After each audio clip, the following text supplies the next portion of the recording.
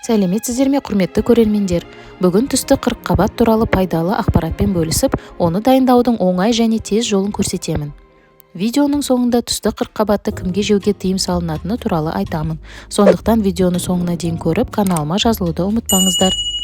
Бұл сіз үшін 1 секунд, ал мен үшін армандаған 100 мың жазылушыға апарар жол. Жалпы қазақ тілді арналарды қолдай жүріңіздер. Түсті қырыққабат немесе түсті орамжапырақ отаны таяу шығыс, яғни Сирия елі болып табылады. Ол жерден Жерорта теңізіне қарай тарап, сол жақтардан бізге де келіп жетті.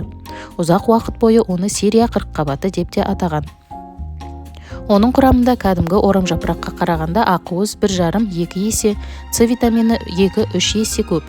Сонымен қатар түсті орамжапырақта В6, В1, А, ПП дәрумендері, ал гүл шоғырында ағзаға қажетті магний, натрий, калий, фосфор, кальций және темір бар. Бұл көкөністе май аз және ақуыз көп, талшық және омега-3 май қышқылдары бар.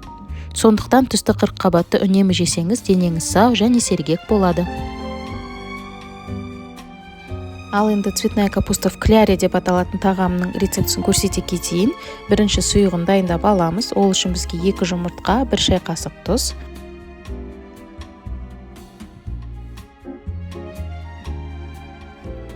жақсылап араластырып алып 1 стақан сүт қосамыз. 1 шай қасық қара бұрыш, қалауыңызша паприка қоссаңыз да болады.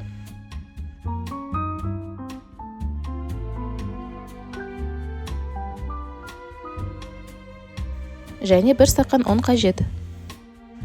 Ұнды біртіндеп қосып, түйіршік болмайтындай етіп, сұйығымызды жақсылап араластырып аламыз. Содан кейін тоңазытқышқа салып қоямыз. Ал енді ең басты ингредиенті 1 түсті қырыққабатты алып дайындай бастаймыз. Мен артқы жағынан осылай кесіп аламын.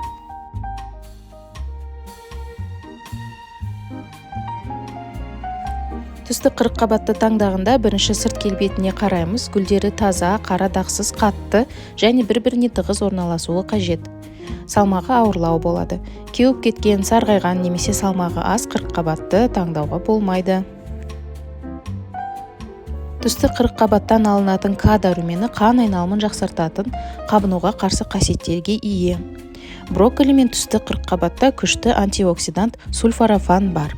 Ол қан қысымын қалыпқа келтіруде маңызды рөл атқарады. Сонымен қатар, қан тамырларының қабырғаларын нығайтуға, жүрек тамыр ауруларының алдын алуға көмектеседі, тіпті ісікке қарсы да әсер етеді. Түсті қырыққабат балалар тағамына қолайлы, өйткені ол оңай сіңеді және қорытылады, иммундық жүйені ынталандырады. Ал енді рецептімізге қайта оралатын болсақ, түсті қырыққабатымызды орташа етіп, осылай видеода көрсетілгендей кесіп дайындап аламыз. Тым үлкен қылып кеспеңіздер, себебі ішіне сұйығымыз кіріп, әдемі болып пісуі қажет. Дайындаған қырыққабатымызды кастрөлге салып қоямыз. Үстіп кесіп алғаннан кейін жақсылап таза суға жуып алуды ұмытып кетпеңіздер, және де артық жапырақтарынан да тазалап шығыңыздар.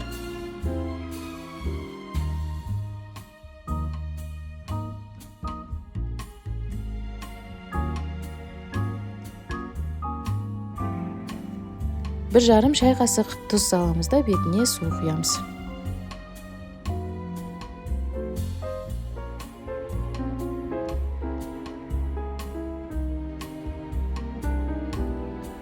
Міндетті түрде орташа отқа қойып, 15-20 минут пісіреміз. Піскен немесе піспегенін вилкамен тесіп көреміз. Вилкамыз оңай кіріп шығу қажет. Қырыққабат піскен осы сорпаны мен ешқашан төкпеймін.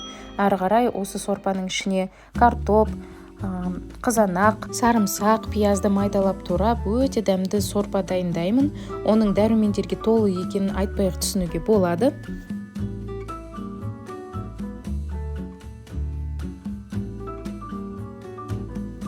Сондықтан мына сорпаны төкпеңіздер. Қырыққабаттан осы дәрумендер сорпаның ішінде де қалады. Бірақ та піскен қырыққабаттың ішінде де дәрумендер толы. Ол үшін қорықпаңыздар. Мінекей 15-20 минутта қырыққабатымыз осылай пісіп шықты. Осылай да жеуге болады, салатқа қоссаңыздар болады. Бірақ біз ары қарай енді дайындап қойған сұйығымызға осылай маламыз да қуыра бастаймыз. Бұл тағам тек пайдалы ғана емес, сонымен қатар өте дәмді. Әдетте бұл тағамды түрік қонақ үйлерінде береді. Гарнир ретінде де жесе болады. Балалар өте жақсы жейді. Менің отбасым тез жеп қояды, мен пісірсем осыны.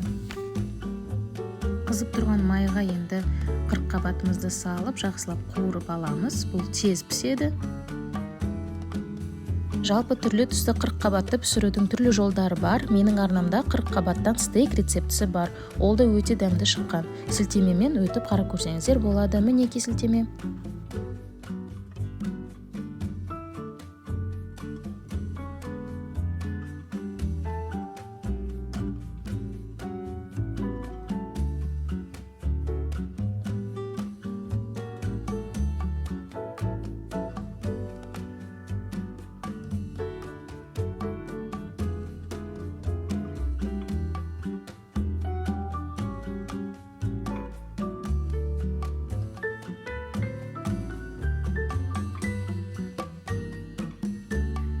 Мінекей в кляре цветная капуста деп аталады. В кляре біздің қырыққабатымыз дайын болды. Жасап көріңіздер.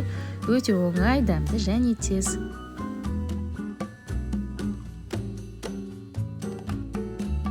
Ал енді майға қуырып жегіңіз келмесе, онда қырыққабатты кесіп, пеш формасына салатын қағазға орналастырып, бетіне май және дәмдеуіштерді сеуіп, пешке салып пісірсеңізде өте дәмді шығады. Бүкіл витаминдері ішінде қалады. Сонымен қатар қызанақ, сарымсақ және шикідей түсті қырыққабатты қосып, үнемі салат дайындаймын. Қыдырлақ өте дәмді шығады. Отбасымызбен тез жеп қоямыз. Ал енді түсті қырыққабатты кімге жеуге болмайды? Аллергиясы бар және жеке төзімсіздігі бар адамдарға ұсынылмайды. Асқазан ішек жолдарының ауруларымен, соның ішінде асқазан мен 12 елі ішектің ойық жарасы, гастрит, колит, холецистит, панкреатиті бар адамдар қырыққабатты жемей қойғаны дұрыс. Себебі оның құрамында дөрекі диеталық талшықтар бар. Брокколи және гүлді қырыққабат сияқты крест гүлді көкөністер ісіну мен газбен байланысты кең таралған тағамдар болып табылады.